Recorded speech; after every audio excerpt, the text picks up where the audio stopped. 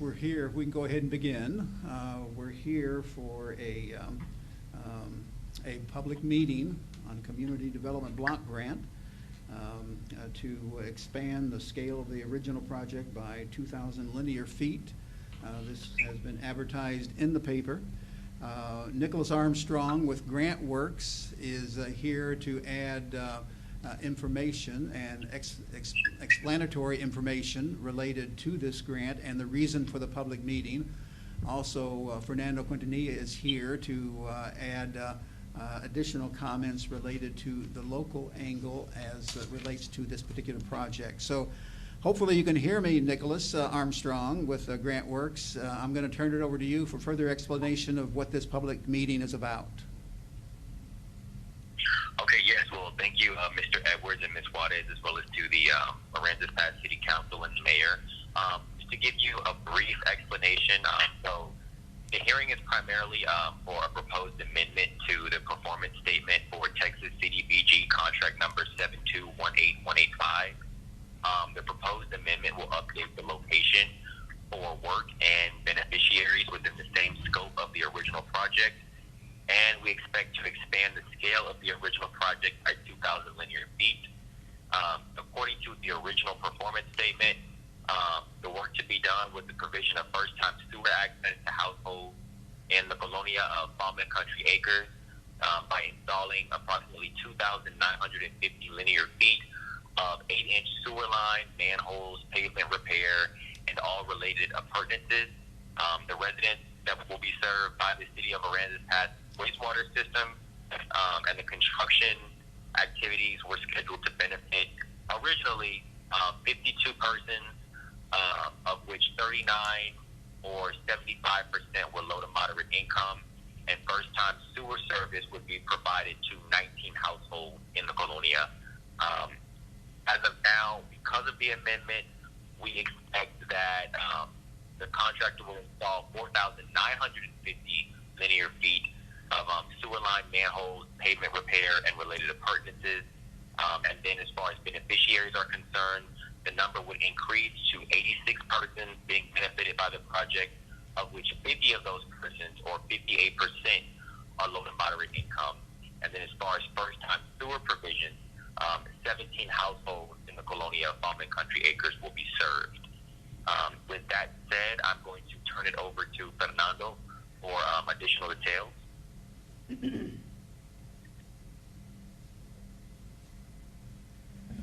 So as Nicholas mentioned, this is an amendment to our original scope of the project.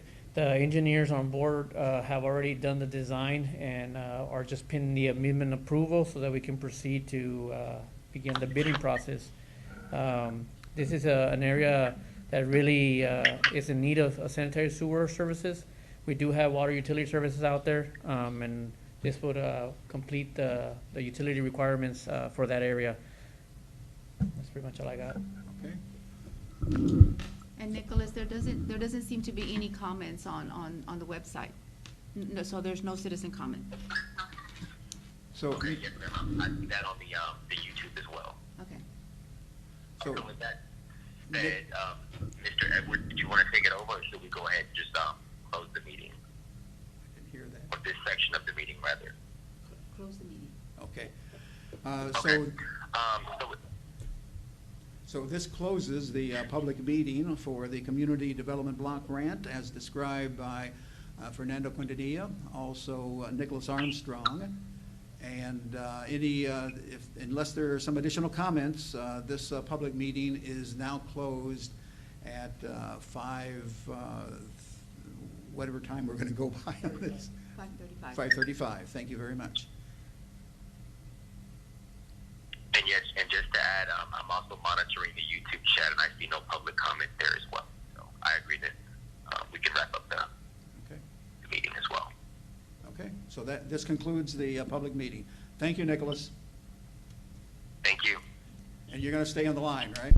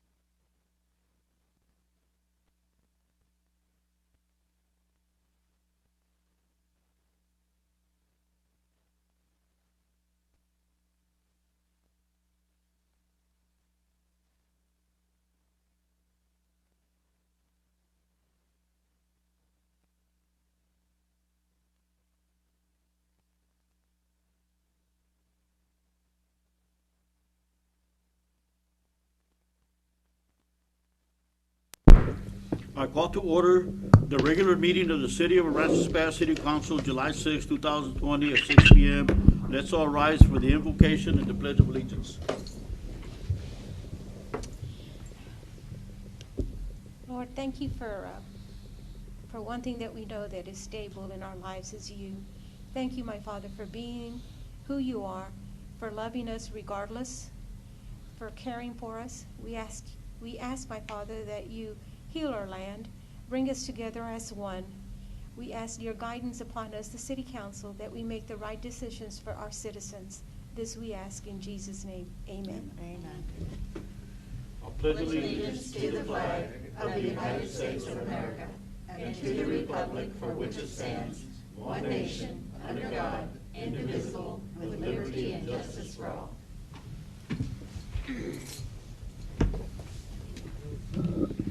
And now we're going to go to presentations and proclamations, and Mayor, I'm and going to take a before hand we over go to there. presentations and proclamations, we're gonna go to item number 5, which is the Colonial Grant Amendment.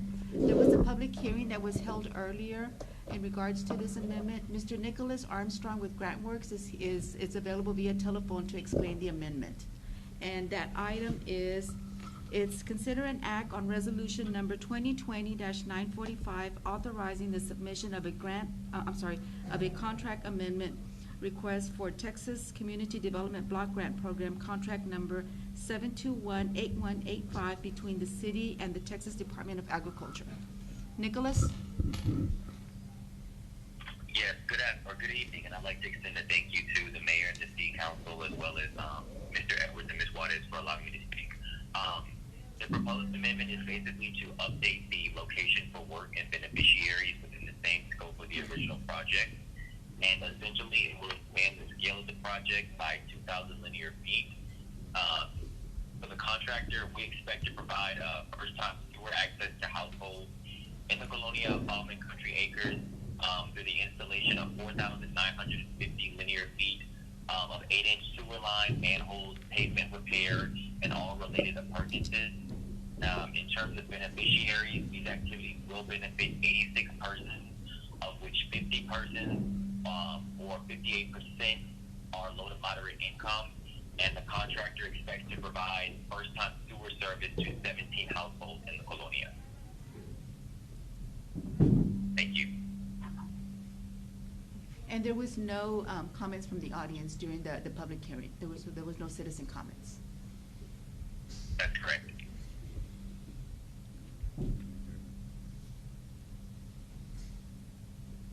You can take the vote on the item. So we're ready to go to the board? Okay, we're going to go to board and commission I'm sorry, appointment. you're gonna vote on the item.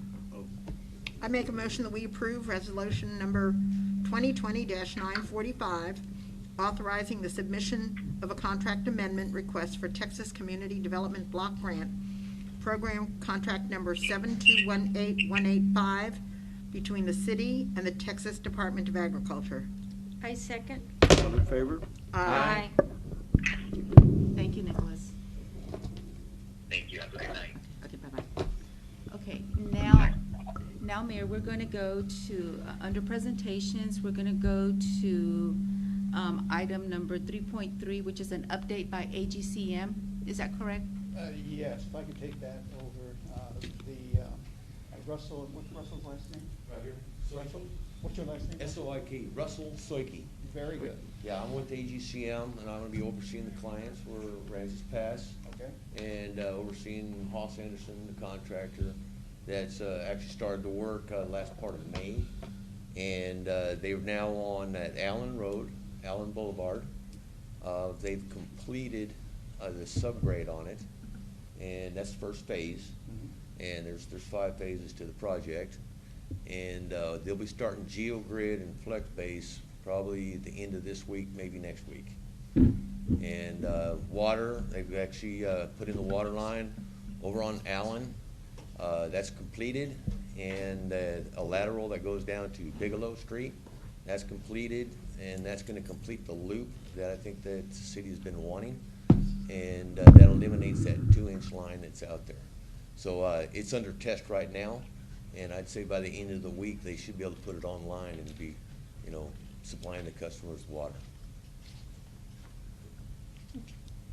This is the first report to you from Russell. And monthly, is that what we do? That's what I understand. I was kind of thrown into this, I didn't know it until the last minute, I apologize. But I'm the one that oversees the project on a day-to-day basis. We did have another fellow that was gonna do it in the evening and address you folks. But he's, right now, can't get to it, other issues. So I've been volunteered myself to address you guys. And we're gonna be doing it once a month, from what I understand, first Monday of each month. And then along with Fernando, I give him a weekly notice, update on it. Good. And along with a month report with them, with the city in the morning. Good. So, try to keep you guys all informed. Fernando's got my number. If you guys got any questions, I'm always welcome to take a phone call, email, whatever you need to do. Thank you. Thank you very much. Appreciate it. Thank you very much, appreciate it. Mr. Mayor and Council, the next item that we have is the request that we go into closed session for the item that is in closed session dealing with the water tower. And then after that closed session, we'll come back out into open session, but we gotta go back into closed session later on. This item we wanted to get up front so that you know about some issues that we're dealing with. Mary, do you need to read the actual language? Yeah, I'll go ahead and read the e-session wording. And it's 16.4, Section 55.071 of the Texas Open Meetings Act, to meet with its attorney to seek legal advice on a matter in which the duty of the attorney to the city council under the Texas Disciplinary Rules of Professional Conduct of the State Bar of Texas clearly conflicts with the Texas Open Meetings Act related to the elevated storage tank. And the time is 6:05. Okay. Okay.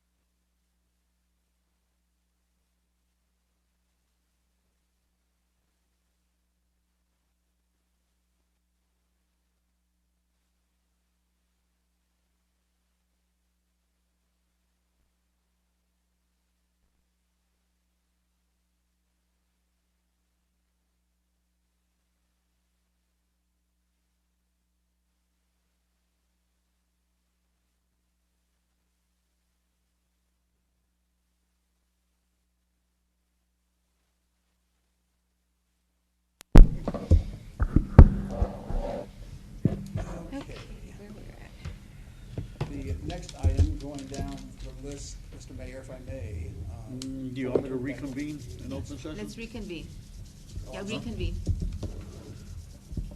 Okay, we're gonna reconvene in open session to consider and take action, if any, on any item discussed in executive session. Mr. Mayor, the next item, actually, they're kind of back-to-back. Report from Larry Leamer with Landmark with the water tower, and then we'll go to Eric Villarreal after that. How you doing? I hope y'all have seen the lights on the tank. Oh, yes. We have. Proud of that. I think everything looked pretty good. We Great. aimed them and adjusted them, I believe with Fernando, night or two ago. So, we've completed all the electrical work. We completed the logo lights. We have completed the paving on the job site.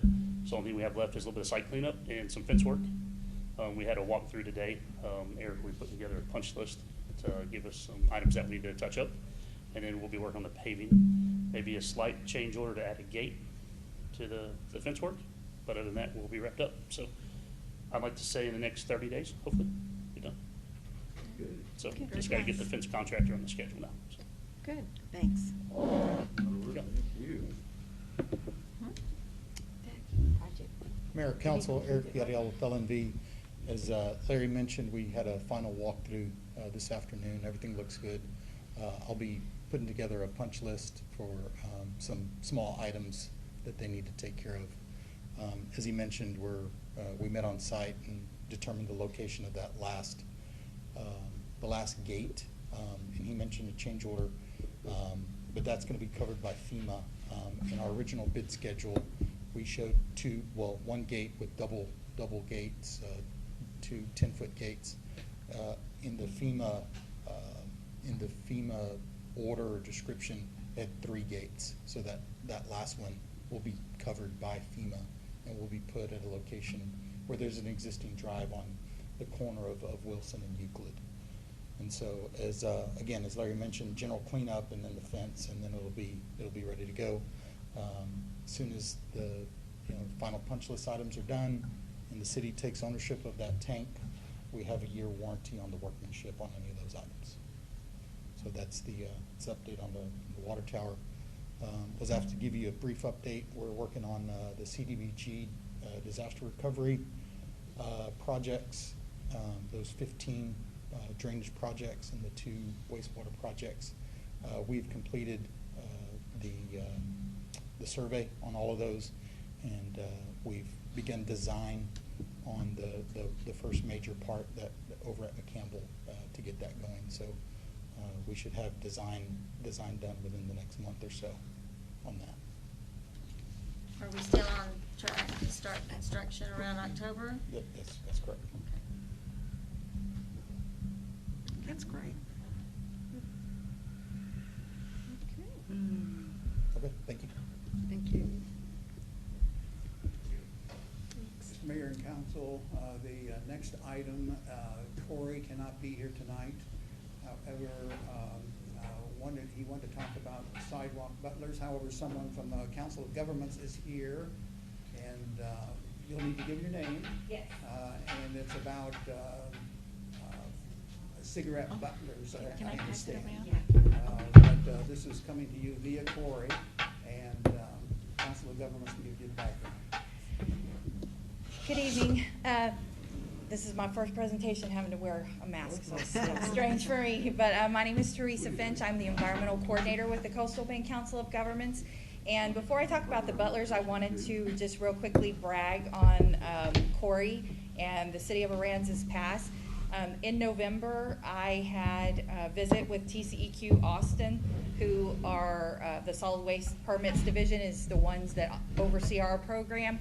And they came down, wanted to see some of the different sites and projects, and throughout the years, Aransas Pass has either been given grant funds through our department or they've participated in different programs. In fact, the MedSafe out front is one of our projects, so if there's anything that ever goes on with the MedSafe, that's through me. In fact, I got a call today that it was full again.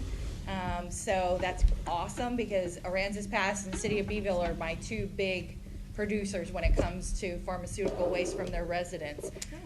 So I just wanted to say thank you for everything that you guys do, and with Corey, he works really hard, which brings me to the sidewalk butlers. I brought that over to him to see last month, and in early 2019, we received a regional grant project from TCEQ to purchase 100 sidewalk butlers that are now in 12 different communities in our seven of our counties, our 10 counties. And after we received the grant, put the 100 in place, we were given 80 of the Philip Morris butlers from Keep America Beautiful. So those were actually a gift to us. So we have several of them left that need to be placed out in the region. City of Corpus Christi has them in their downtown business district. City of Ingleside has placed them in baseball fields, the parks. City of Alice has a problem with their grass catching fire at their natatorium. So they've placed, people flick their butts instead of putting out their cigarettes correctly. So they've placed them at their natatorium. We've got them at boat ramps, parks, all over the place. The canister inside, they're all handmade in Portland, Maine, by one gentleman. He started making them in 2009, and now he was a business owner, had a restaurant, and wanted to take care of what he saw outside. People would just leave their butts everywhere, and so he came up with this, and this is his latest rendition, and probably the best one that he's got going on as far as design. As soon as you put it in, if it's a lit cigarette, it automatically it puffs it out and it doesn't smoke or catch fire. I am a very clumsy person, and I can use one hand to undo the canister and pull it out the bottom and empty them. That's how they're designed. They're very easy to maintain. Corey wanted you all to know about them because he had said that some of the businesses in town, I guess, were wanting to try and place them outside, maybe downtown in the business area, the business district downtown. So he wanted you all to see what they look like and firsthand get a feel for them. The only thing that I ask, because it's required by TCEQ, is 4 times a year. That's all you need to empty it. And just tell me, is it full? Is it half full? Because I know how much they hold, so all you have to say is, oh, it's half full, and I can tell you, oh, that's 250 cigarette butts, that sort of thing. So everybody so far that's received them is very participatory as far as sending in their data and that sort of thing. They're weather resistant, they're rust resistant, they're very easy to mount. If anybody has any questions or wants to see any more photographs or anything, I can send all that information to you as far as how they've been mounted in the region. So I don't know exactly what Corey had in mind to tell you guys tonight, but I'm here, so I just decided I wanted to show it to you. And I think it's a great project. Thank you. How many, great project. how many is he looking at putting around? I have no Okay. idea. I know there's one. The one I let him have, he placed outside over there near the police department entrance. So we'll just see how that goes. But I maintain the ones in Ingleside. I live in Ingleside, so I take care of those. Their parks director had been on maternity leave, so I started. And some of them are within walking distance to my house, so I take care of those. But nobody's had any problems with them, vandalism, stealing them, or anything like that. So we're getting lots of good data. Good. That's great. Any questions?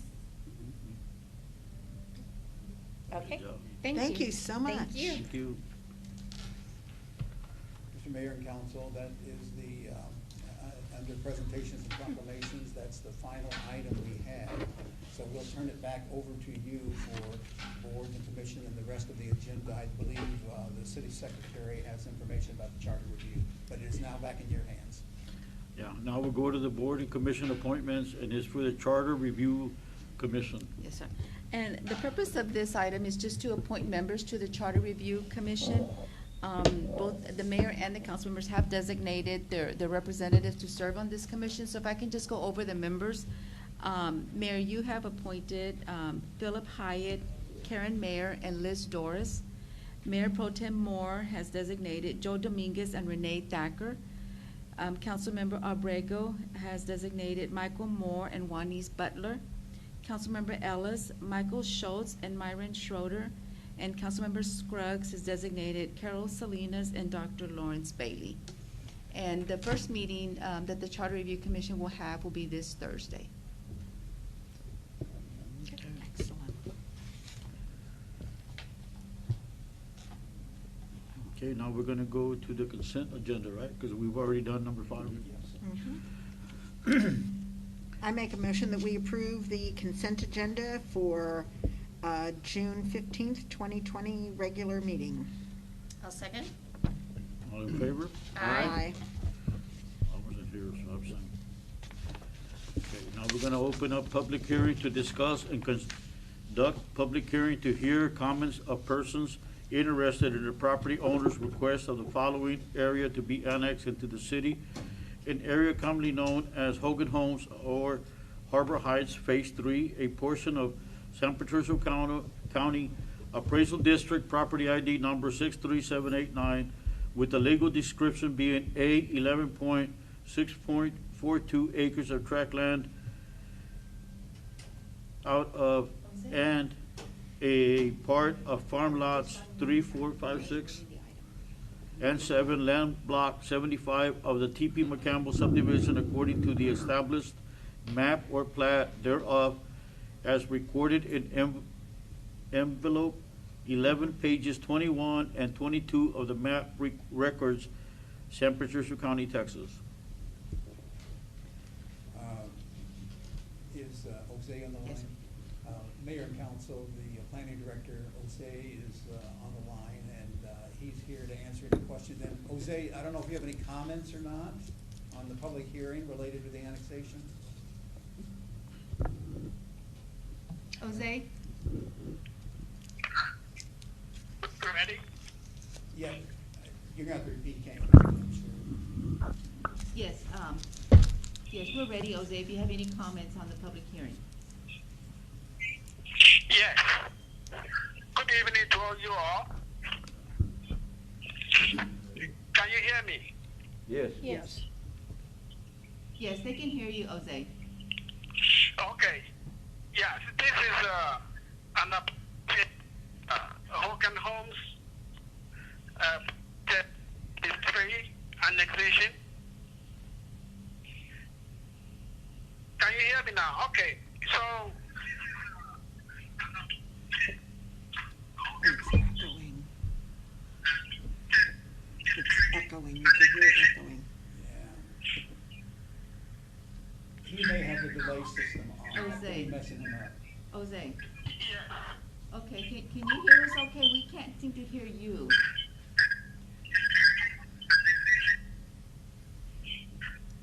So the application has to do with and they presented the application, and that was today, but because they had and we have to We can't hear, Jose, we can't hear you very well. Essentially, what Jose is saying is that this hearing was advertised. We have to do this hearing. More is coming up on this. No actions required tonight, but it's important because it's advertised that we have to go through this public hearing. Everything else is moving forward with the proposed annexation of Hogan Homes. But this is simply pretty much a housekeeping issue that we're required to do. No action tonight. Thank you. So, Mary, we've moved on. right. And I let the council know. Actually, Gary, Go ahead, Roxanne. can I please have the mayor open and close the public hearing? Oh, yeah, absolutely. Open the public hearing. I believe he opened Yeah, it. I don't know. Yeah, now you Open the can public hearing. ask for He any, has opened it, so the mayor will need to close it. any comments. Any comments from the public?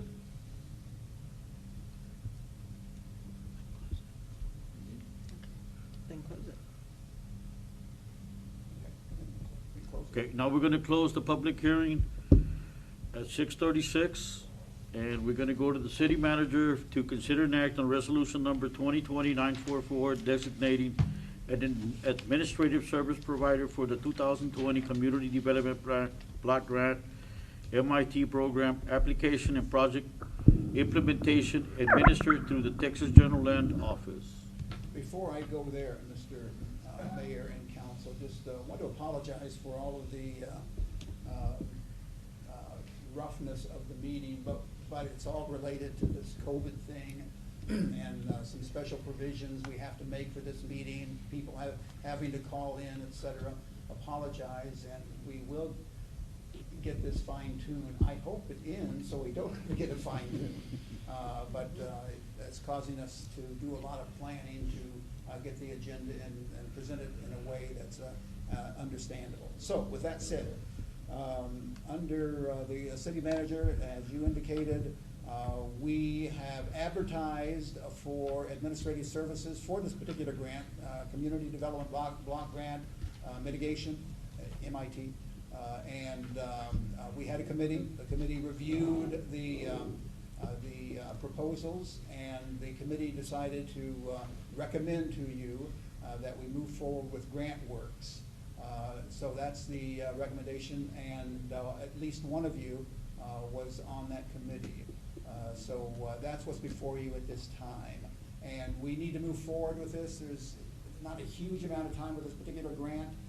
We're getting information on it, but GrantWorks will help us as far as moving forward more rapidly with this particular grant. That's what's before you.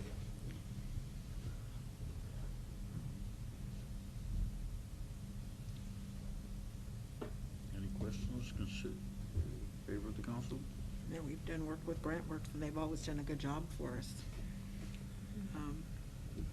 I make a motion that we approve resolution number 2020-944 designating an administrative service provider for the 2020 Community Development Block Grant MIT program, mitigation program, application and project implementation administered through the Texas Grand Land Office to GrantWorks. I second. All in favor? Aye.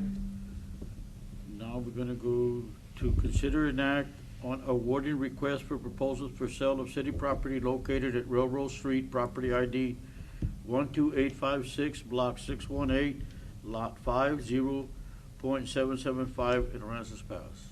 I'm going to ask the city secretary to any comments on that. Okay. Well, we issued a request for proposals, and we received one proposal from Mr. Alex Sanchez in the amount of $3,000. The property is valued at just a little over $1,100. So staff recommends awarding the request for proposals to Alex Sanchez.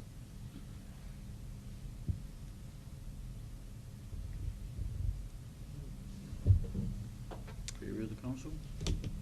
Well, I make a motion that we approve the sale to Alex Sanchez for the amount of $3,000. I'll second. All in favor? Aye. Now we're gonna go to consider an act on request by the Aransas Pass Chamber of Commerce to increase funding in accordance with the Publicity and Tourist Agreement ending September 30th, 2020.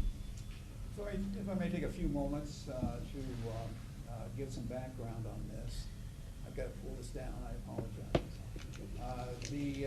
The chamber, we budgeted $30,000 for security for shrimpery. Shrimpery is not going to happen, as we all know. The chamber, because there is no shrimpery this year, the chamber finds itself in need because of that lack of funds. And is that Rosemary just came in? Yes. You can jump in anytime. I'll kick it off and you can jump in anytime. And so we have a situation where, as I said, we budgeted $30,000 for security, and the chamber is asking that we provide those funds to them. They're in a very tight situation right now. I want to point out, just for additional background, and pointing out that the funds are down for this year for the chamber, just setting that aside for a second as far as shrimpery goes. And for example, in FY19 at this time, the The hotel funds, the hot funds, were $69,292.31. And this time, at the same time this year, it's $57,727.33. So the funds are down, and about $12,000 less this year than last year. Last year, the total amount, I'm going by memory here, so Sandra, tell me if I'm wrong, was $185,000 total for last year. Of course, we don't know what it's going to be this year. Based on the trend that we see here, it could be less. That's the direction it's going anyway. So with the loss of Shrimpery and with the anticipated loss of funds for the chamber, hot funds we're talking about, we're not talking about the general fund. They're asking that the security dollars, the security funding budgeted, go to the chamber. It won't be used for security, it'll be going to the chamber. What do you want to add to that? Yeah, it would be going to the marketing campaign that we've already submitted for last year. The last 2 quarters have been lower than normal, and we don't use that money for the chamber, we use it to market. The way it works is we spend the money from the chamber, and then once we get it 4 or 5 months later, we reimburse ourselves. We are not comfortable right now reimbursing ourselves 4 and 5 months down the road because we've lost several events this year. So we've lost Shrimpery, we're already in the whole $130,000 of our own money. So for us to continue to spend, knowing 3 or 4 months down the road that we're going to continue to have a deficit, we need to be comfortable with the hot funds to continue the marketing plan that we already have in place for 2019 up to July of 2020. Can I ask Roxanne a question? Can she hear me? Can you hear Mayor Pro Tem Moore, Roxanne? Can I ask Roxanne a question? No, I'm trying to watch it on YouTube, so I'm on 7-second time lag. I think we just heard it. Well, under the Texas law, local hot tax revenue can only be used to directly promote. Okay.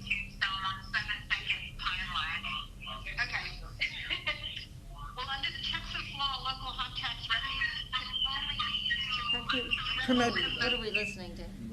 Okay, Roxanne, we're hearing everything there, and it's confusing everything here. So why don't you go ahead and ask your question? Okay. And she can pick you. It's going to be delayed.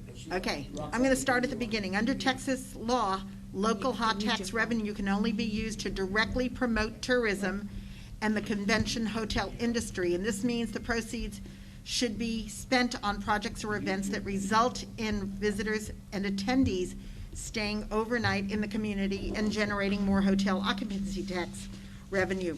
We approved the money for police security.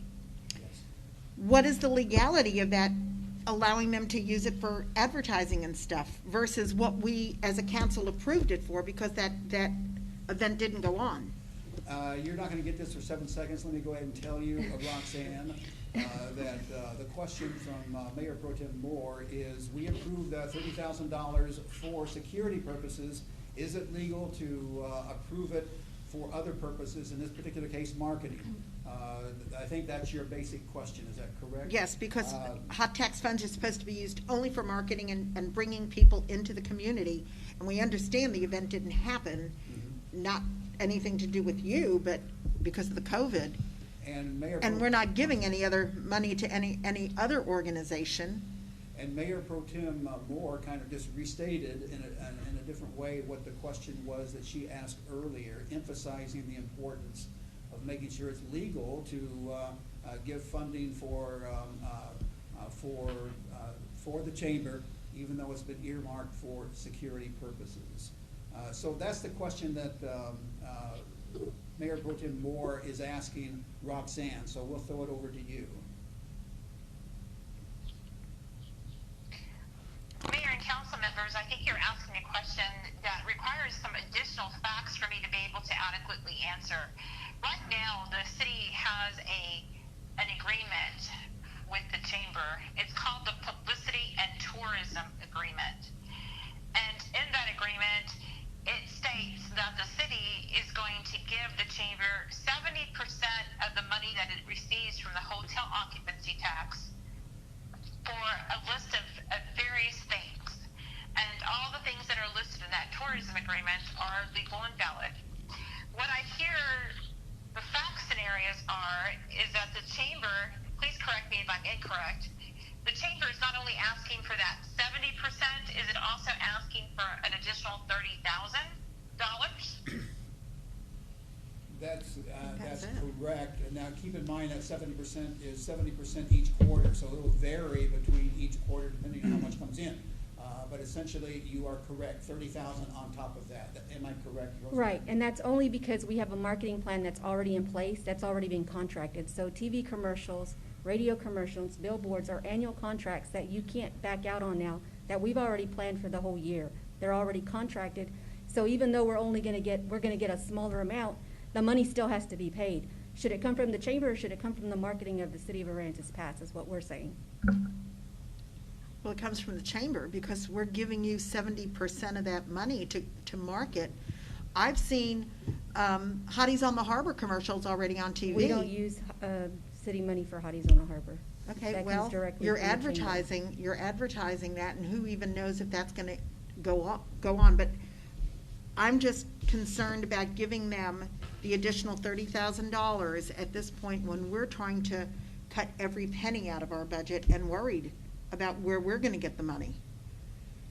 My opinion, and nothing against you, No, Rosemary. no, go ahead. Roxanne, you're not gonna get that for 7 seconds. Mayor Pro Tem Moore is expressing reluctance, if I may use that word, as far as the $30,000 goes. And I'm paraphrasing and condensing greatly, but that's essentially what she is saying. I don't know if any others have any comments on this also. Well, Go ahead. my concern is that it's been earmarked for security. And now we're taking it away from security and just changing what it's going to be used for. I don't know how that's going to be perceived, as far as, oh, we changed our mind, we're going to do this instead of that.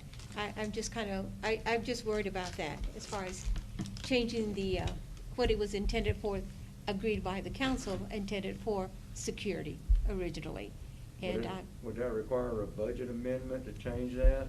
And if that's the case, we can't do anything tonight, right? What amendment? Having a budget amendment to change it, instead of the security, will we have to go that route if we did that? Somebody smarter than me? Sandra's gonna come up. Okay, I'm gonna take this off, I'm sorry. It really sounds to me that we could do a budget amendment. Basically, we do get revenues and sometimes projects fall through or the stuff that they were earmarked, allocated, have to be reappropriated for something else. That could easily be done with a budget amendment. But in this case, honestly, I'm not an attorney, but I don't know if you could amend the contract that you have in place right now to make it a one-time deal where on top of the 70%, you're going to give the chamber an additional $30,000 to help them combat the low revenues that they're going to be getting, because of the COVID-19. They only get the 70% of what we collect in hotel motel tax. If we don't collect the money, their revenues are down. Obviously, the revenues were down in March for the second quarter by almost $12,000, and COVID really didn't take into effect until March for us. So that in 1 month they took a dip of like 12 grand. So just project that out into the future. We're going to start receiving the payments for the third quarter here this month. So then by July 20th, we'll know how much money that we've collected for hotel motel tax and how much money is it's going to go to the chamber for that. So you could go with the budget amendment, or you could go with doing some kind of amendment to the current contract you have in place. Any questions?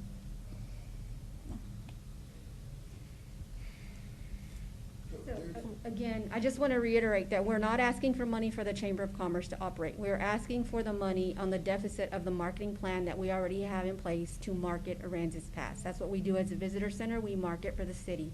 We are paying that out of our pocket right now, and in the end, we won't get that money back. And we don't have that extra money to continue to do that, knowing that there's gonna be a deficit every quarter.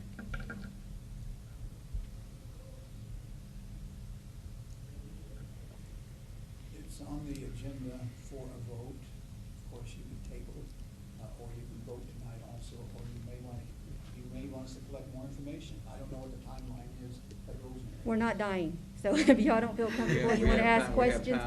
Yeah, we're just, Let's get some more Let's just information. ta- Let's I think table table it. this and Go back to school and Yeah. Yeah, come let's up with a table it. solution. Yeah, because the chamber is very important to the town. They're our sales, Very they're our much sales so. force. Absolutely. Yeah, we gotta take care of the chamber, Promote the chamber takes Aransas care of Pass, us. they're our biggest cheerleader. Yeah. Absolutely. So The I'm other ones that hearing, really get promote the more town. information and then bring it back to you, and we will do that. okay, Okay. thank you. Thank you. Somebody has to make a motion. Oh. Need a motion to table. Okay. I make a motion that we table item number 8.3, What's that you have to say? the request by the Aransas Pass Chamber of Commerce to increase funding at $30,000. Anybody want a second? I'll second. All in favor? Aye. Now we're gonna go to consider and act on ordinance number 2020-4214 of the city of Aransas Pass extending a local state of disaster declaration due to a public health emergency for 90 calendar days from effective date of this ordinance.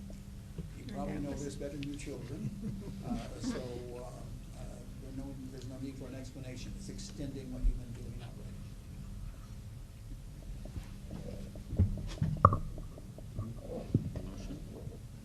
I make a motion that we approve ordinance number 2020-4214 of the city of Aransas Pass extending the local state of disaster declaration due to a public health emergency for 90 calendar days from effective date of this ordinance. Second. All in favor? Aye. Hold on. We're gonna go to development services. Consider an act on rezoning request by Ricardo J. and Nohemi Hernandez at 652 Adolfo Road, Lot 19, Block 218, 5 acres, Burton and Dansford, Aransas Pass from AG Agricultural District to MH Manufactured Homes. That was tabled on 6/15/2020. Okay, and I have Jose on the line. Jose, can you hear us? Can we hear him? Jose, That's can a you hear us? problem. Yeah. Okay, all right. We are at that rezoning request. Uh-huh. Okay, did you want to present the item? Yes. Yes. Okay, go ahead. So this application is by Mr. Ricardo Hernandez, and he has requested to rezone his property at 652 Adolfo Drive from MH Manufactured Home to put a single family home on his property.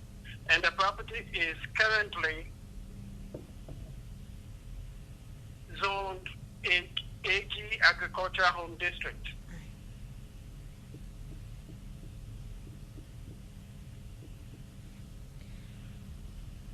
Is it not true that this property in our master plan is actually earmarked for commercial development? This property is currently vacant. That's not my question. Mary, would you ask him in our master plan? Yes, What is, based on the proposed zoning, it's supposed to be a commercial zoning district Right. for future development.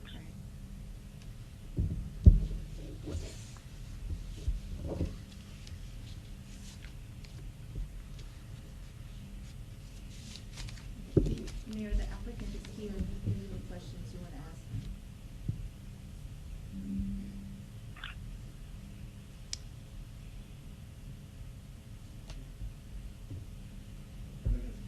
the zoning district is currently agriculture, but the future You can come up here too. rezoning proposal for the city along bypass 35 should be commercial.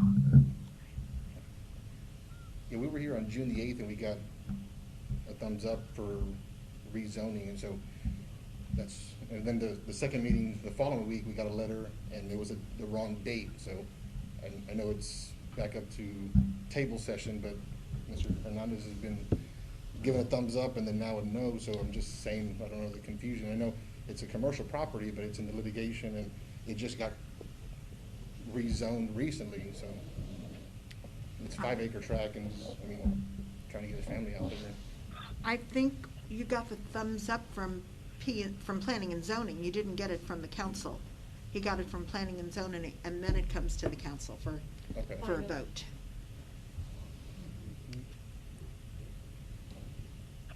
Now, my concern is that Mr. Hernandez later on will possibly, this is just possibly, possibly sell it to someone, and for them to, you know, as far as put out with mobile parks in there, you know, more manufactured homes. And that is one of the reasons. I know that that's the possibility. He's probably gonna say no, you know, no lo va a vender. He's, you know, but that's my concern. Right. Well, That's the what I 5 have. acres, the way it sits right now, 75% of it's a big hole.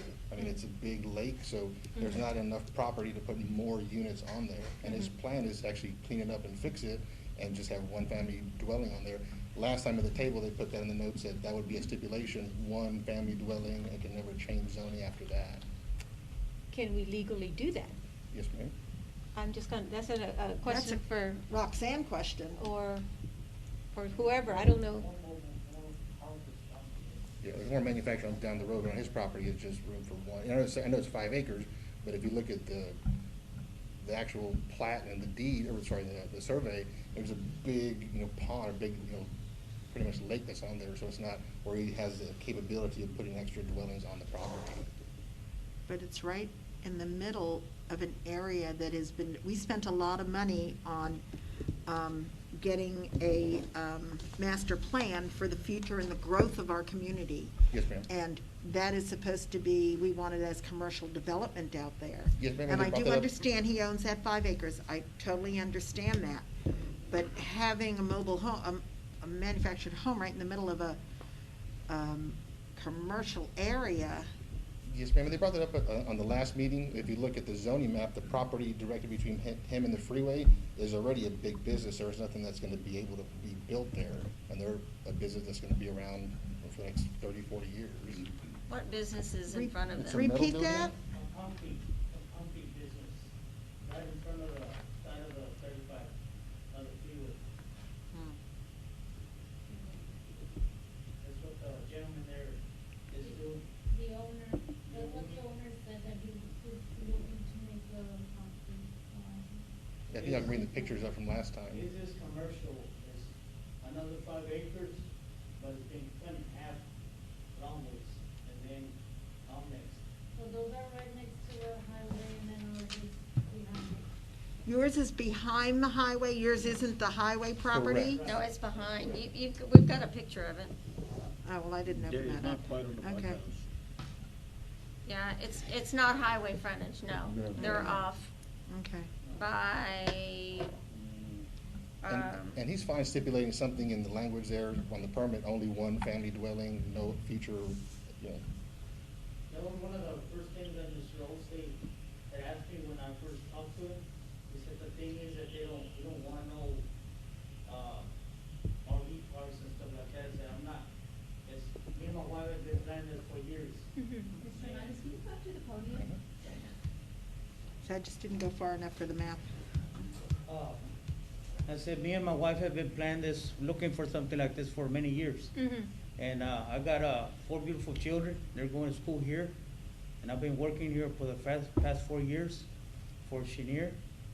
And we finally found it, you know, and right now I'm living in a mobile home with 2 bedrooms and 4 of my boys and us.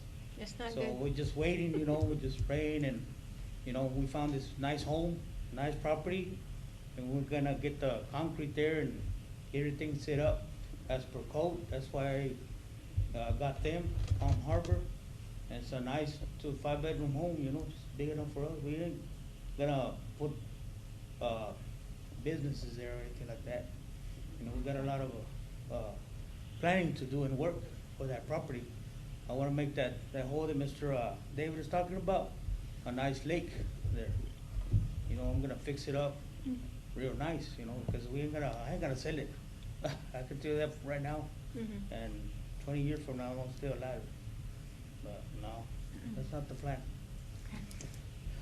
Okay. Plan is to live, all of us there, we're 6 of us, and to fix it up real nice for us, it's gonna be our home. Now, you said that stated that the planning and zoning made a stipulation that you could put no other manufactured homes on there. Did they put that on that stipulation? Jose, did you hear that question from? Probably not. From Vicky? Jose? Yes.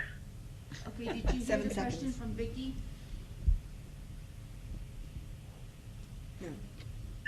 That the planning and zoning made a stipulation that it should be a single family only. That is the only application that he has applied for. This is not That is not my question. yes. So he's going to put a single family structure on there. Mary, can you, that doesn't answer my question. If it's possible that he can rezone and make it manufactured home district where he can put RVs, he can apply for it, unless of course we stipulate. Okay, that's not what Vicky asked.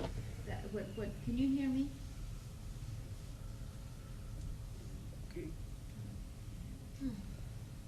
Jose? 7-second delay. Jose, can you hear me?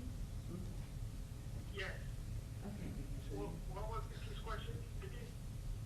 That P&Z, did P&Z, I guess when they approved the zoning case, did they stipulate that there would be no other? Just one. Just one mobile home? No, it did not stipulate that he cannot put any other structure on there. They did not. So if we change it to a manufactured home district, that means he can put other manufactured homes on that property. Can we put that Did you hear stipulation that? on? Can we put the stipulation on it? We should. Can. Because that's what he's telling us, he's not gonna, he's gonna just do his own private. Because. Unless of course council decides that it should be only one single structure, and that he cannot. They can put that on the, Jose, they can put that on the ordinance as a condition? Yes, Let me ask they can put it on there. Roxanne, we have a question here. If you can hear me, Roxanne. We have a question. Can the council, it wasn't done at planning and zoning, but can the council stipulate that there only be one manufactured home at this site? Again, P&Z did not do it. Council wants to do that, and we are assuming council can do it, even though P&Z did not. That's the question before you, Roxanne, if you can hear me. The answer is yes. The city council can add any stipulations that it seeks at this hearing. Thank you. Perfect. Okay, all right, that takes care of it. Yeah. Okay.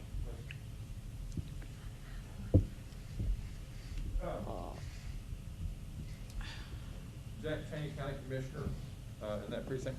I think we have a drainage easement through that property, if that's where I'm thinking it is, because it goes into that big pond.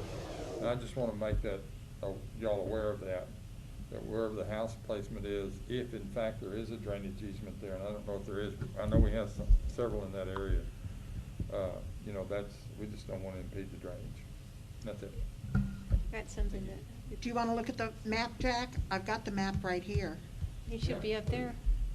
Can you bring it up there? Here. The map? You can probably bring it up there. Yeah, this is the concrete recycling that's in front of them. And everything that they own is under fence there. And they're gonna bring in, and they are going to, just do recycling, but I understand city limits is at that property line is to the west. Because they told me that they were not in the city limits. No, but do you have the drainage on that like you stipulated for the I don't- gentleman, I don't see the Mr. drainage Hernandez? on it, no. But it looks right for drainage because it's got an inlet and an exit. And, it's got ingress and egress to it, and it's got a pond for polishing. So it would not surprise me, I can have an answer to you, by tomorrow for that. Well, it's more like the property owner. How We're would not- it affect their property? They can do anything they want to as long as they don't do it in the easement. Yeah. So if they want to build over here somewhere where it's outside the easement, my only concern is there's a lot of easements in that area that we've worked long hard to get. We're currently working with getting a crossover on the bypass. Now, you know, that's a couple $1 million to do that. So we've got a $40 million grant that has already been approved that is for drainage, and we're working on that. So anyway, I just wanted to make you aware that there, it should be on your deed. Yes, sir. If it's not already. It is, it is. Okay. That's where the gentlemen come in. Yeah, The this is- contractors come in and they say we can build it, we need to measure, go for the city and see from there to here, and from here over there, we can. Yeah, we got a when brand they new say yes, survey. Yeah. They got survey and everything. Yeah, I think that's in A zone, so it should be, I don't think there's any zone, from the county's aspect, I don't think there's any elevation issue. But the drainage is the only thing I'm concerned about. Okay. Thank you. Okay, thank you. Thank you. My question is, the concrete plant that's in front on the highway, is that going to affect you as a resident in that area? No, ma'am.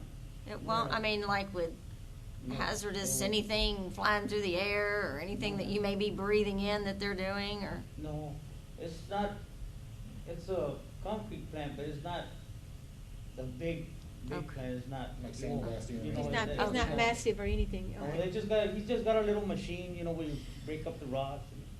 I know where, You I know, know where it they is don't- now, yeah. they don't- Okay. It's nothing major, you know, Okay. Okay, it's a small, but no, ma'am, it don't mess with us. okay. And I might say one more thing, we are planning Mhm. on, getting with the city and looking at paving that through some grant funds that we have. So we're ahead of the pave that side of it also. Now, we just paved Vantage, but we're looking at, not next year, but maybe the following year in the grant process of, any we can pave and also the rest of the one. That'd be great. Okay. Yeah, would be good it'd for really him. nice. Would be very good. When I called, they told me 2 years. They tell you. From now. Okay, okay, all right. Thank you, Mr. Hernandez. Well, I'm ready to make a motion to approve the rezoning for the property with the stipulation that only one Manufactured home. manufactured home be placed in those 5 acres. I'll second. All in favor? Aye. Okay. Okay, now we're gonna go to consider an act on approval to submit a grant application to Texas Water Development Board for storm pump station number 3. It's approved. Yeah, Thank we you. approved it, uh-huh. Thank you. Good evening, Mayor and Council. What you have before you is requesting permission to submit for a grant for pump station number 3, Euclid Pump Station. This is retroactive. We just wanted to bring it up to you all and officially get it approved. We applied for a $6 million grant through Texas Water Development Board so that we can redo pump station number 3 and come up with a solution to fix the drainage issues we have in that area.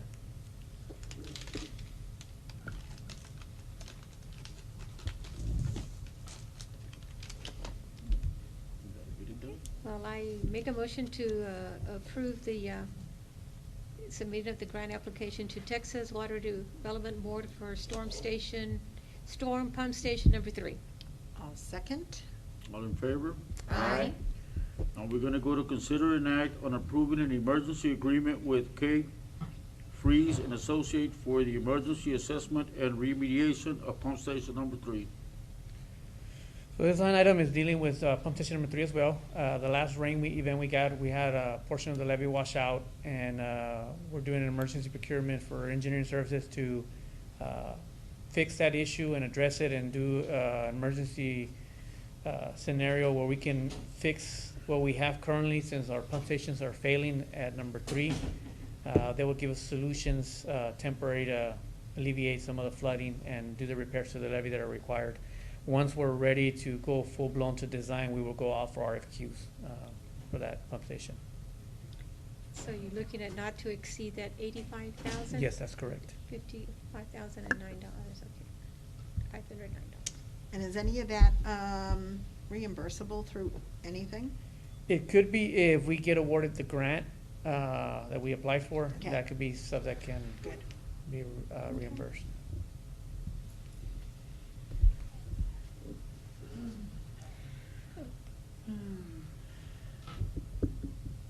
Well, I make a motion that we approve the emergency agreement with K. Freeze and Associates for the emergency assessment and remediation of pump station number 3.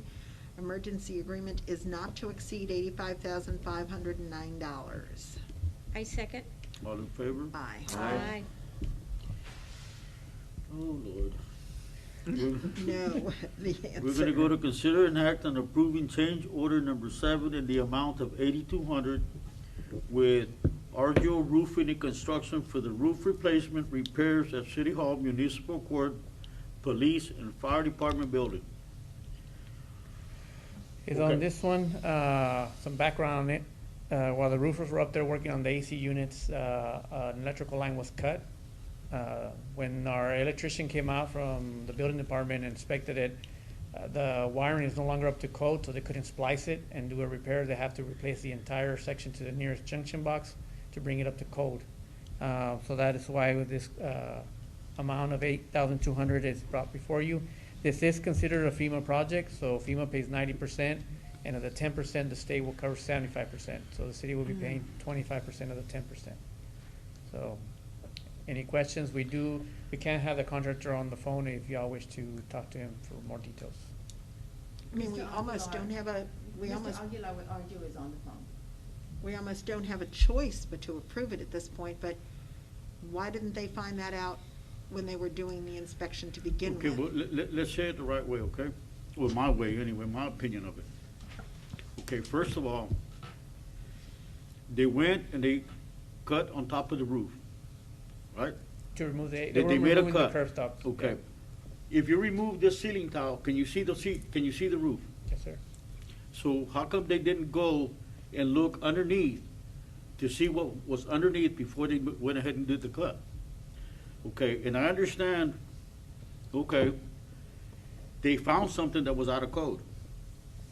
Everything was working fine, it's been like that for years, they're the ones that cut it, I think they're the ones that are responsible to fix it. They opened up that can of worms, because they cut into a wire, they did not check, they just went right at it and cut the roof, regardless of what was underneath. And I understand, they found out that it was out of code or whatnot, it's been like that for years. They're the ones that cut it, they're the ones that ought to fix it, and I don't think we're responsible for it. That's just the way I feel about it.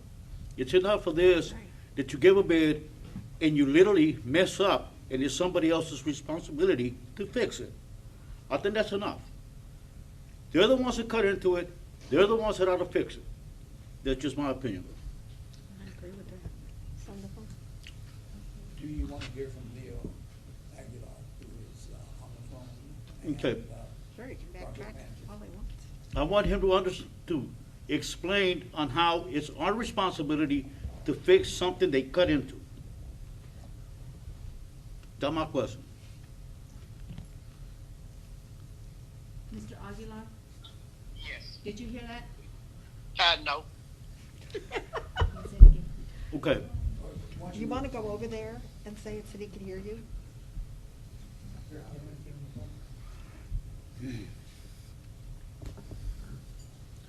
I got a question. Okay, Yes. my question is, why is it our responsibility to pay for something that y'all literally messed up? Somebody should have got underneath and looked at the situation before they literally went up there and cut it. That's when it should have been brought up and say, hey, we can't do it. This is out of code. It's in the way. We can't cut it. Y'all went ahead and cut it without literally looking and going underneath to remove the ceiling tiles to look and see if there was anything underneath that was in the way when you were going to cut it. And I understand that when y'all did that, okay, there's something out of code, but everything was working fine till y'all cut it. If y'all wouldn't have cut into it, it'd be working right now. And I want to know why it's our responsibility for y'all cutting into the wire and we having to pay for it. Okay, I guess for the record, my name is Leo Aguilar, and good afternoon to everybody. To answer your question, we have been diligently looking underneath throughout, because from day one we anticipated that we would have issues such as this, for the reason that a lot of the wire throughout the courses of renovations, additions, or rerouting of wires, a lot of these wires have been placed between the top cord of the joist and the metal decking. That, according to the code, is not acceptable. In any event, that's not the real issue. What happened here on the second unit, when we were repairing or adding structural support to the rooftop units, we looked, we did not see anything. It was very difficult for us to spot that one wire that was running between the duct and a CMU wall, support wall that's there. We were not able to see it. We looked, we didn't spot it. Some of these areas is very difficult and congested, so we were not successful in spotting that one. When we were cutting the metal deck on top to add the structural reinforcement, we accidentally cut the wire. Now, that was one issue. We cut it. We immediately contacted personnel from the owner and I believe an employee, also an electrician for the city showed up, and since it was not his job, he recommended an electrician. This electrician realized that all the units, not only that one unit, but all the units are out of code. So he did not repair that unit at the moment. However, knowing that unit needed to be running, I called another electrician, and the electrician fixed it. It's fixed back to its original state. At this moment, after we fixed it, about 2 days later, it's been working since then. Since I believe it's June 8, June 9 that we got it running. So it's been working. I believe all units are working. There's not one that is not working. And that's the extent of the issue. We ran into a wire, we cut it, we fixed it, we repaired it. It's back to its original state. Actually, that we took care of it, of that unit. The rest of the units remain, they remain not per code. We were advised that the city inspector wanted those units to be per code. That is why we brought it up about 3-4 weeks ago, and we requested for information. We were instructed to put a price together, and that's where we're at right now, hoping that this gets resolved. Okay, so what you're actually saying that the reason why the change order is there is for the fact that y'all cut into the wire, y'all fix that wire, make it back the way it was, but now we came to the issue that everything is out of code, so we're doing the change order to bring the things up to code, not to necessarily just fix that wire. Correct. Right, that's correct, and we fixed it. I mean, at our own cost. I'm not asking for that.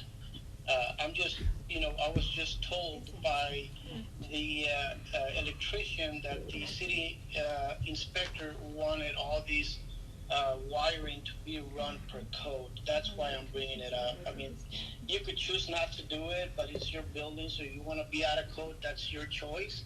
I'll still roof it, I'll still flash it in, but, at one point or another, you have to do it. Okay, since you open up that can of worms, don't you think you ought to pay for it? No. All right, I'm good. Okay.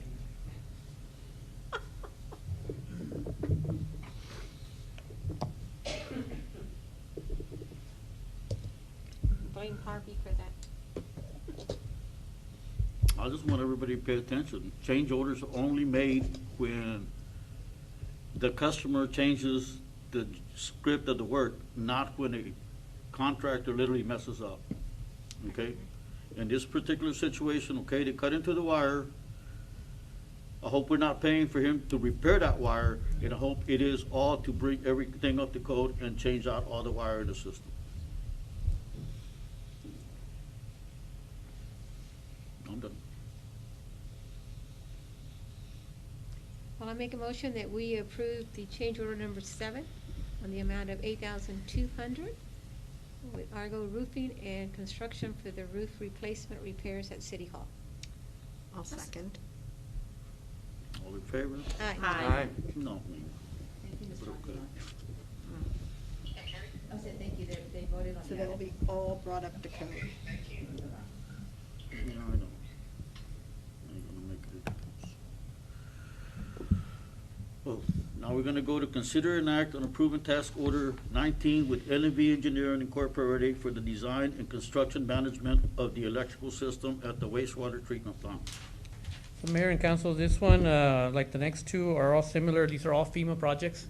We haven't started these projects yet. We're now starting these as we're completing other ones. The first one here is for the wastewater treatment plant. The electrical system is in bad shape. It was damaged through Harvey. We've had a lot of issues out there, and now we're getting to the point where we're ready to start the electrical work out there. I don't know if when y'all went out there, y'all remember seeing that we had a wooden stick. Every time the thing would trip, we had to hit it to restart it, and we had electrical cords running everywhere. This will be addressing all that and bringing up to code as well with this work.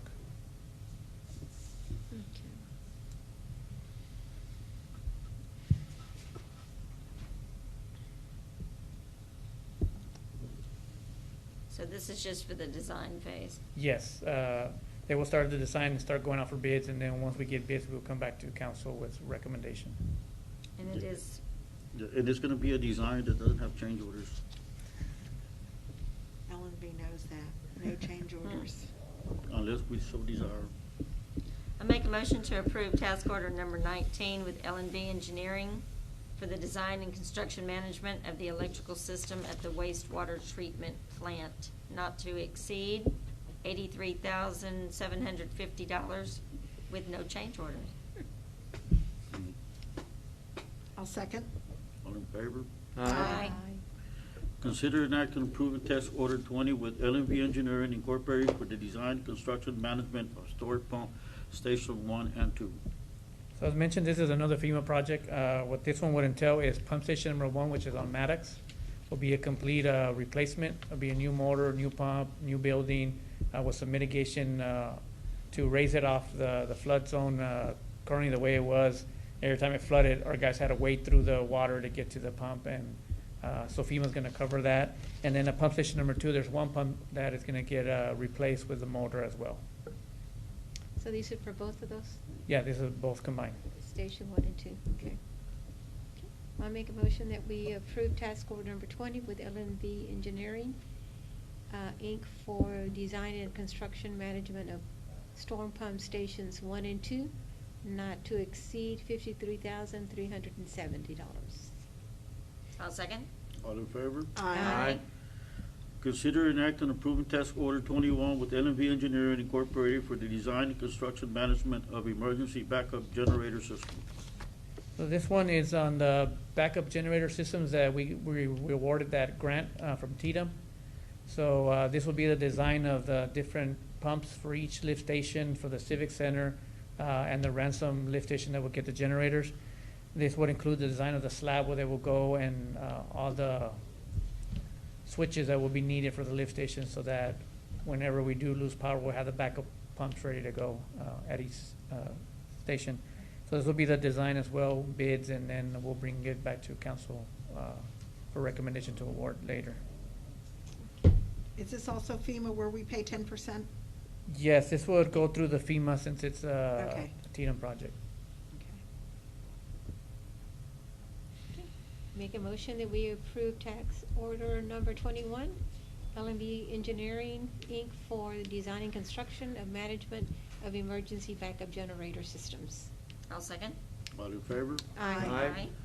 Consider an act on awarding the request for qualifications for geotechnical services for Compound Harbor Road project to Rock Engineering for a total of amount not to exceed $41,676. Well, this is the last one, I promise.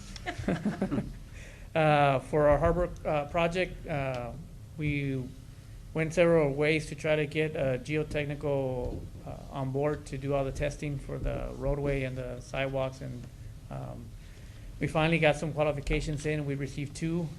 City is recommending to go with Rock Engineering, and we need to get this going ASAP since the construction is going. We need to get testing going out there.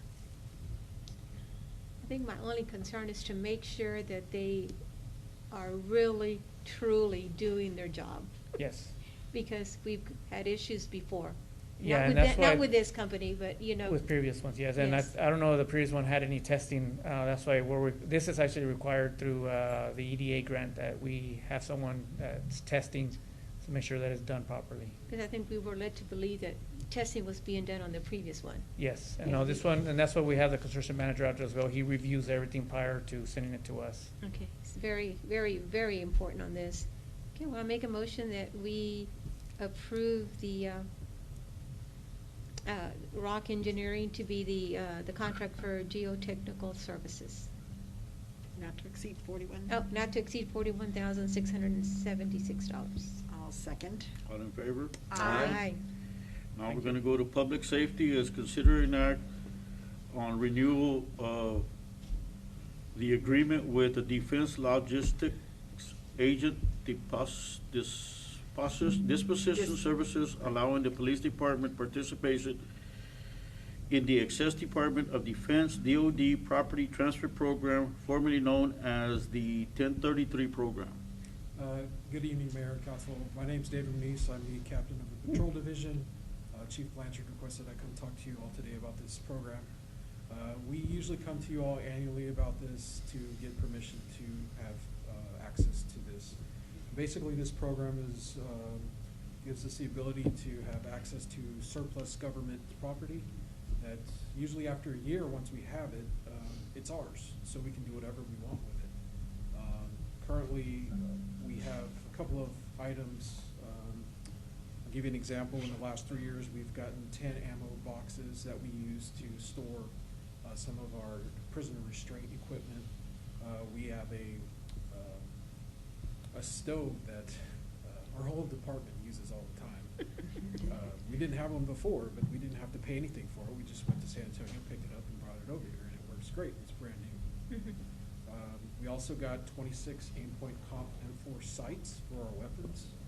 You can see the prices on there as well. We got 2 training aid dummies that we use for medical training as well as some of our dive training. I was able to obtain 6 dive team wetsuits for our officers to utilize. I got the 2 light power plants that we have used for shrimpery and other events, and they are still working today, no problems. As well as you can see the armored vehicle that we obtained.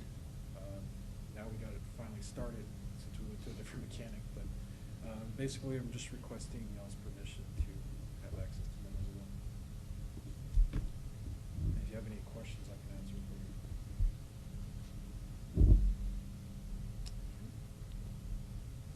I'm gonna make a motion that we renew the agreement with the Defense Logistics Agency Disposition Services. Second. All in favor? Aye. Now we're gonna go to number 14, to the city council or staff announcements. Mr. Mayor and Council, 3 items on there, and 2 of them I'm going to ask others to come up. But the first one is a reminder of the budget meeting on July 14th. It's a workshop, so that's an important item for your calendar.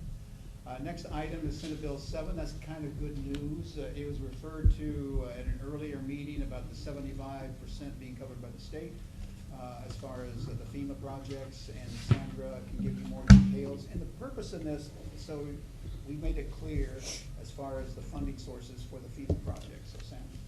Yes, hi, good evening. I didn't have anything prepared on Friday when it went out, but I have, I gave everybody a worksheet. Pretty much, that's all the FEMA projects that we have right now. We have about 40 projects altogether, of which we have roughly about 26 that have been completed. But I'm just gonna review my list for accuracy, and that may change. Anyway, so what happened was, last legislative session, under Senate Bill 7, which is the best thing that could happen for us, is the state, when Harvey hit, we were, the state decided to go ahead and give us 75% of our 10%. So for every project, so if you go to the last page, page number 2, where it says Senate Bill 7, $689,947.54, that's what we're gonna receive in totality. Had this bill not passed, that's what the city would have been on the hook for. That number plus the city's share number, which is $195,000, so that's almost what, $900,000 that the city would have been financially responsible to be able to complete this project. The projects total roughly almost $20 million. And of those $20 million projects, the city is going to have to pay approximately $195,000 only. Wow, that's good. So it was a blessing for us. We have, since this passage, starting in March, April, we started receiving these funds for the completed projects. So right now, we've received approximately $176,000. As the projects are completed, they're submitted to FEMA for reimbursement. As FEMA sends us the money, somehow the state gets notice, and then they send us our 75% of the 10%. So all that money's coming in to us, we're tracking it, but we just wanted to let you know, because we do bring a lot of projects here, and we say, oh, it's a FEMA project, 10%, but really, it's not 10%. It's really just 25% of that 10% that we're financially responsible for paying. Good. Do you all have any questions? Just find more money. I know, right? Money, money, money. Okay, thank you. Thank you, Sandra. Thank you, Sandra. Next item on the staff and council report. I asked Lynn, the EOC director, to be here to update you on something that's changing by the 2nd.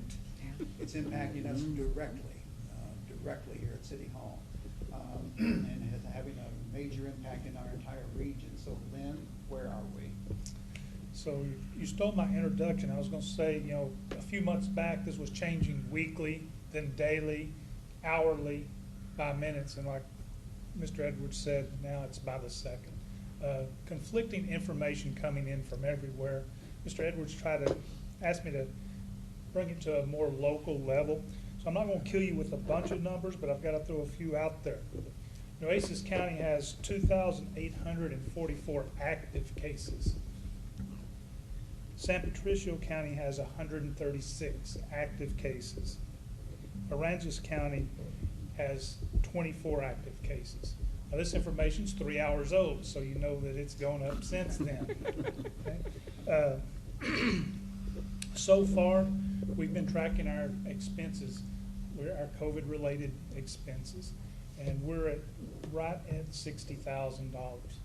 That sounds like a lot until you compare it to Nueces County, who will probably hit the 5 million mark this week.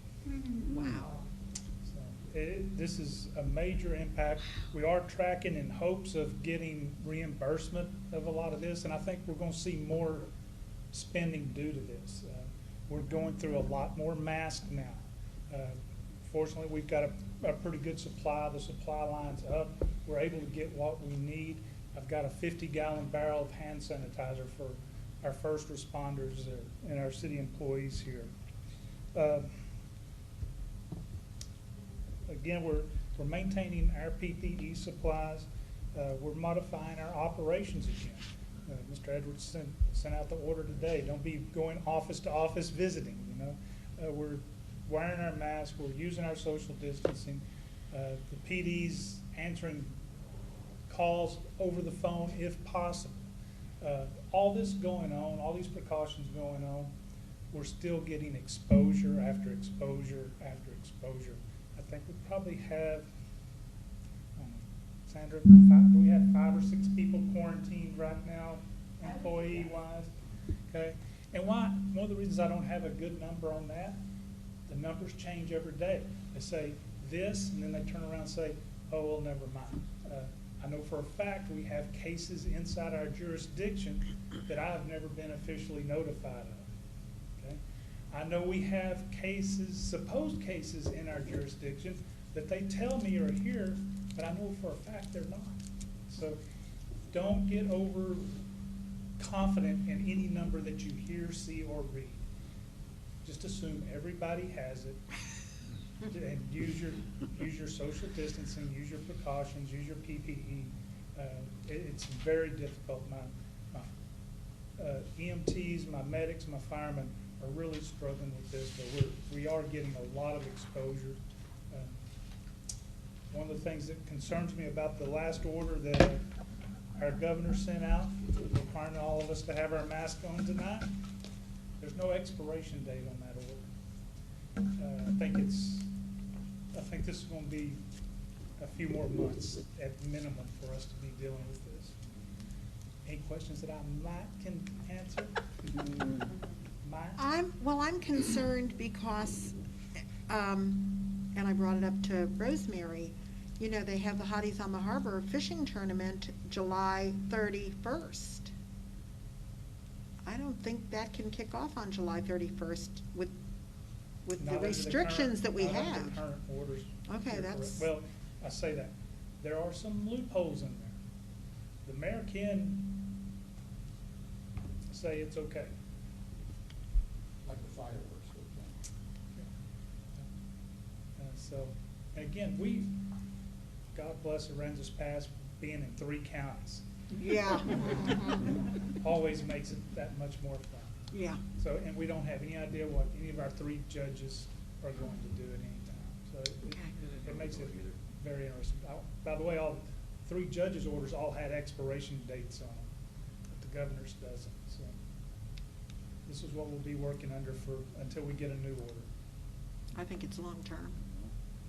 I think without spreading fear, I think we're going to be dealing with the bureaucracy of it for quite a while. I think so too.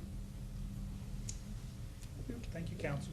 Thank you. One point out, one point. You want to come up to the mic?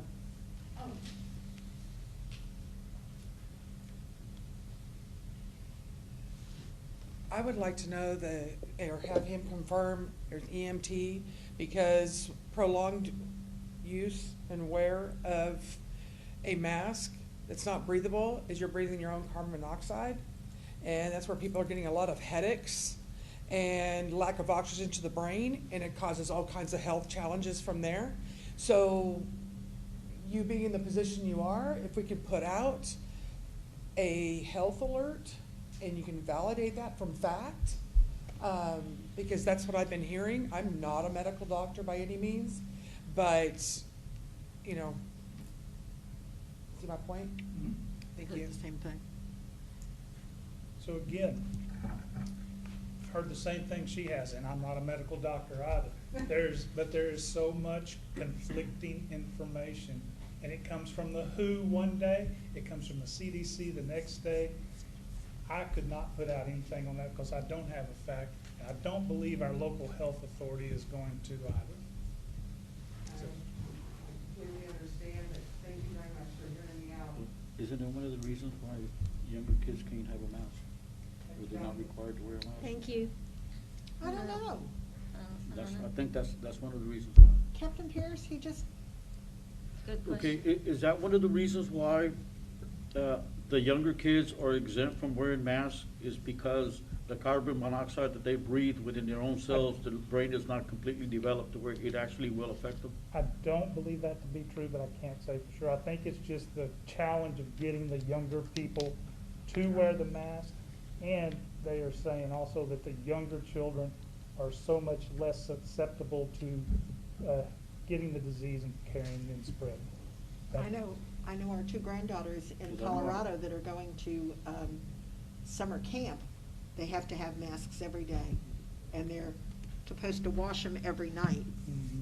So, One other thing I'd like to add about our city employees, I believe all of them that are out are pretty much asymptomatic, except for one, and he's suffering greatly, but they seem to be, for the most part, asymptomatic or just feel bad for a day or two. thank you.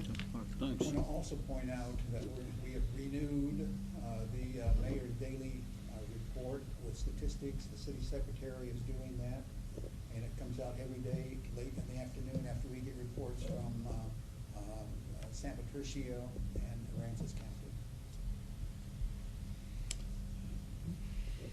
Okay. Thank you. Okay, thank you. Now, we're gonna go to citizen comments. Citizen comments are intended for the matters that are not scheduled on the agenda. Please limit your comments to 3 minutes and state your name and address for the record. Be advised that the Texas Open Meeting Act prohibits the city council from responding and discussing your comments. The law authorizes the following: make a statement of factual information, recite existing policy, advise that this subject may be placed on the agenda for a subsequent meeting. Mayor, there was one comment posted on the live stream, and that comment is from a Ruben Zuniga, and he asked is the fishing pier in Compound Harbor open? If not, when should we anticipate it being reopened? I thought it was. Yeah, it's open. I'll reply back. Am I allowed to make a public comment? I heard. Was that? Can I make a public comment? Sure. I had several people call me after the fireworks and that they loved it and it was well done and they loved the fact that it was on the harbor, that with a lot more room for parking, and so it was a really good plus for the city. Was impressed with the compliance, with people staying in their cars. Yeah, I only got great feedback as well. The location was great. The people in the boats, I happened to be in the water on a boat, and everyone was just having a great time. There wasn't anybody doing anything that out of line. It was a great, great evening. And from what I understand, the harbor was basically trash-free. Yeah. Yes. That's what we were told. That's what we were told. So. Okay, now, we're gonna, Well done. Mhm. Are you ready for me to comment? Well. Again, Jack Cheney, Precinct 1 and 1A, Commissioner. We are going into our budget, and as in the past, notifying y'all. So if you have anything that you need from the Commissioner's Court, such as I think we do something for the fire department each year and whatever, but if you have any joint projects, I think Fernando has been in touch with our road and bridge engineer about things that are going on. But we want to move forward with that. County judge will open the beaches back up tomorrow. We're going to request that everybody wear a mask, but not everybody's going to wear a mask. But the comment that was made about the cleanliness and the order has just, I mean, we just have not had any problem with it at all. Whenever we opened the beaches back up 3 weeks ago, I guess it was, we had more people in Rockport and Aransas County than we had ever had before. I was coming out of Whataburger on the Thursday before that time, and I literally had to wait 15 minutes in order to get on to 35. And I went to Port Aransas I did some work on over south of Flower Bluff, and so I went around this way, and I went over to Port Aransas. Everybody was, I just drove down the beach, and of course, there's always exceptions to it, but for the most part, everybody was just doing really good. They really were. But we do have that coming up, so if you have anything that you want to visit with Commissioners Court about, if you'll let me know or let the judge know, be more than happy to visit with you about that. I think y'all are doing a good job. It looks like your finances are in order, and we appreciate you. Thank you. Thank you, Jack. Thank you. Anybody else? Okay, now we're gonna go into executive session, section 551.071 of the Texas Open Meeting Act, to meet with his attorney to seek legal advice on a matter in which the duty of the attorney to the city council on the Texas disciplinary rules of professional conduct of the State Bar of Texas clearly conflicts with the Texas Open Meeting Act, section 551.072, deliberations regarding real estate property, and section 551.087, deliberations regarding economic development negotiations related to city-owned property commonly known as LWR property on Ransom Road, Island, also known as Nueces County Appraisal District, number 380310. Section 551.071 of the Texas Open Meeting Act, to meet with the attorney to seek legal advice on a matter in which the duty of the attorney to the city council under the Texas disciplinary rules of professional conduct of the State Bar of Texas clearly conflicts with the Texas Open Meeting Act, and section 551.087, deliberations regarding economic development negotiations related to RV Park on Avenue A, Mark Marlowe. Section 551.072, deliberations regarding real property related to property located at 221 South Commercial lots 4 through 8 and 23 through 32, block 549, Aransas Townsite, San Patricio County. And I think we've already done the other one. And it is 7:48.